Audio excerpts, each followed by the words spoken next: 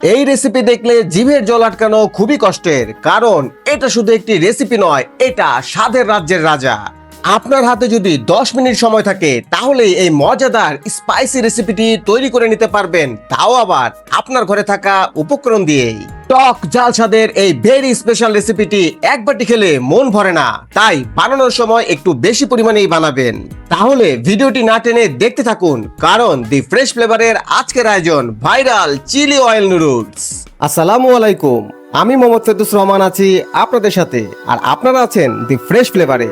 Welcome to my channel. প্রথমে 2 packet noodles সেদ্ধ করার জন্য চুলোতে পানি সহ প্যান বসিয়ে দিলাম। পানি ফুটে উঠলে প্যাকেট খুলে নুডলস গুলো ঢেলে নিলাম। সাথে সাথে দিয়ে দিলাম 1 চামচ পরিমাণ কুকিং অয়েল। এটা দিলে নুডলস গুলো দলা বেঁধে যাবে না, খুব সুন্দর ঝরঝরে থাকবে। নুডলস সেদ্ধ হতে হতে আসুন এই ফাঁকে আমরা মশলাটি রেডি করে ফেলি।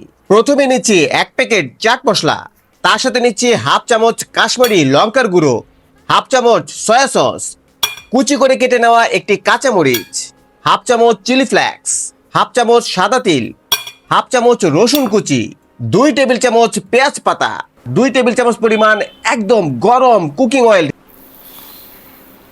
এবার সেদ্ধ করে নেওয়া নুডলস এই মশলার উপরে ঢেলে 1 চামচ পরিমাণ টমেটো সস দিয়ে ভালো করে মিশিয়ে নেব।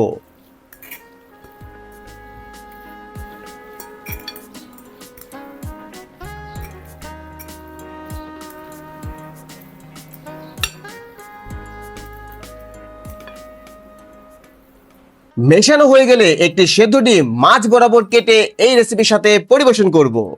এই তো রেডি, দারুণ টেস্টি, ইয়ামি, স্পাইসি, গরম গরম viral chilli oil noodles.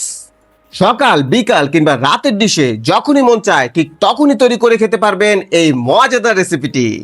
Just একবার ট্রাই করুন, কথা দিলাম এটা আপনার মুখের স্বাদের লেভেলকে এমন জায়গায় নিয়ে যাবে যে এটা আপনি বারবার বানিয়ে খাবেন।